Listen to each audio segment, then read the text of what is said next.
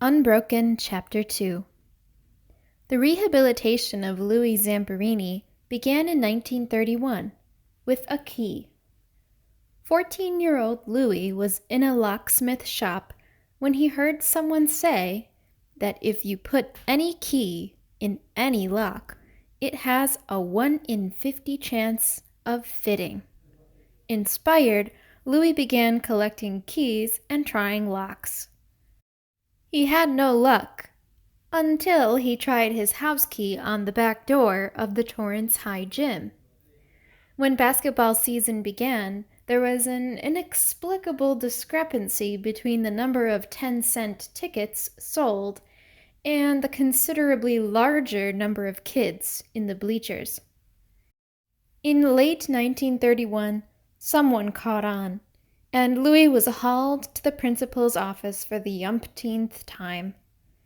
In California, winter-born students entered new grades in January, so Louis was about to start 9th grade.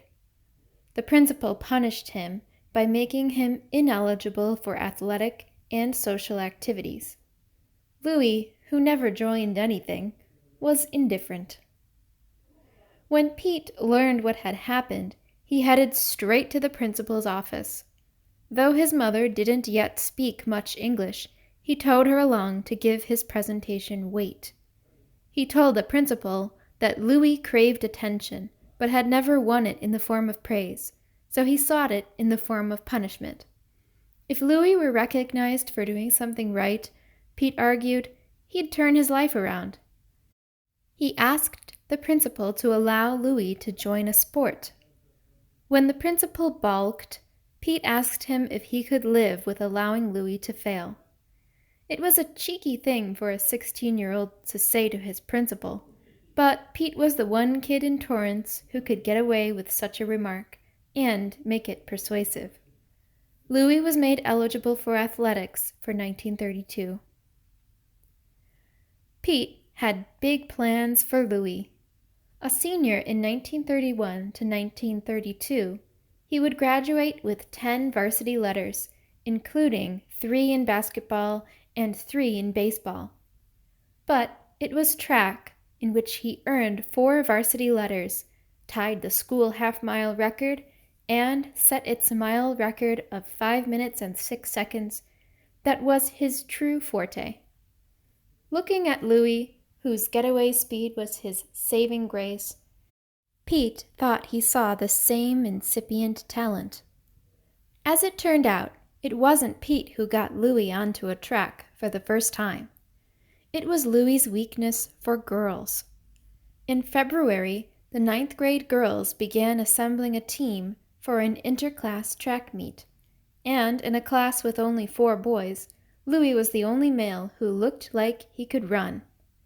The girls worked their charms, and Louis found himself standing on the track, barefoot, for a 660-yard race. When everyone ran, he followed, churning along with jimmying elbows and dropping far behind. As he labored home last, he heard tittering. Gasping and humiliated, he ran straight off the track and hid under the bleachers. The coach muttered something about how that kid belonged anywhere but in a foot race. "He's my brother," Pete replied. From that day on, Pete was all over Louis, forcing him to train, then dragging him back to the track to run in a second meet. Urged on by kids in the stands, Louis put in just enough effort to beat one boy and finish 3rd. He hated running, but the applause was intoxicating, and the prospect of more was just enough incentive to keep him marginally compliant. Pete herded him out to train every day and rode his bicycle behind him, whacking him with a stick. Louis dragged his feet, belly-ached, and quit at the first sign of fatigue. Pete made him get up and keep going. Louis started winning. At the season's end, he became the first Torrance kid to make the all-city finals. He finished 5th. Pete had been right about Louis's talent, but to Louis, Training felt like one more constraint. At night, he listened to the whistles of passing trains, and one day in the summer of '32, he couldn't bear it any longer. In the summer of 1932, Louis did almost nothing but run. On the invitation of a friend, he went to stay at a cabin on the Cahuilla Indian Reservation in Southern California's high desert. Each morning he rose with the sun, picked up his rifle, and jogged into the sagebrush. He ran up and down hills, over the desert, through gullies. He chased bands of horses, darting into the swirling herds and trying in vain to snatch a fistful of mane and swing aboard. He swam in a sulphur spring, watched over by the Cahuilla women scrubbing clothes on the rocks, and stretched out to dry himself in the sun. On his run back to the cabin each afternoon, he shot a rabbit for supper. Each evening he climbed atop the cabin and lay back, reading Zane Grey novels.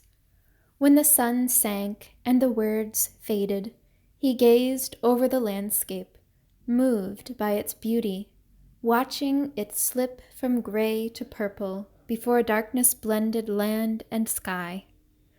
In the morning he rose to run again. He didn't run from something or to something, not for anyone or in spite of anyone. He ran because it was what his body wished to do. The restiveness, the self-consciousness, and the need to oppose disappeared. All he felt was peace. He came home with a mania for running. All of the effort that he'd once put into thieving, he threw into track. On Pete's instruction, he ran his entire paper route for the Torrance Herald, to and from school, and to the beach and back. He rarely stayed on the sidewalk, veering onto neighbors' lawns to hurdle bushes. He gave up drinking and smoking. To expand his lung capacity, he ran to the public pool at Redondo Beach, dove to the bottom, grabbed the drain plug, and just floated there, hanging on a little longer each time. Eventually, he could stay underwater for 3 minutes and 45 seconds. People kept jumping in to save him. In the fall of 1932, Pete began his studies at Compton, a tuition-free junior college, where he became a star runner. Nearly every afternoon, he commuted home to coach Louis, running alongside him, subduing the jimmying elbows, and teaching him strategy. Louis had a rare biomechanical advantage, hips that rolled as he ran. When one leg reached forward, the corresponding hip swung forward with it, giving Louis an exceptionally efficient 7-foot stride. After watching him from the Torrance High fence, cheerleader Toots Bowersox needed only one word to describe him: smooth. Pete thought that the sprints in which Louis had been running were too short. He'd be a miler, just like Glenn Cunningham. In January 1933, Louis began 10th grade. As he lost his aloof, thorny manner, he was welcomed by the fashionable crowd. They invited him to weenie bakes in front of Kello's Hamburg stand, where Louis would join ukulele sing-alongs and touch football games played with a knotted towel, contests that inevitably ended with a cheerleader being wedged into a trash can. Capitalizing on his sudden popularity, Louis ran for class president and won, borrowing the speech that Pete had used to win his class presidency at Compton. Best of all, girls suddenly found him dreamy. While walking alone on his 16th birthday, Louis was ambushed by a giggling gaggle of cheerleaders. One girl sat on Louis while the rest gave him 16 whacks on the rear, plus one to grow on. When the school track season began in February, Louis set out to see what training had done for him. His transformation was stunning. Competing in black silk shorts that his mother had sewn from the fabric of a skirt, he won an 880-yard race, breaking the school record, co-held by Pete, by more than 2 seconds. A week later, he ran a field of milers off their feet, stopping the watches in 5 minutes and 3 seconds. 3 seconds faster than Pete's record. At another meet, he clocked a mile in 4 minutes and 58 seconds. 3 weeks later, he set a state record of 4 minutes, 50 seconds, and 6 milliseconds. By early April, he was down to 4 minutes and 46 seconds. By late April, 4 minutes and 42 seconds.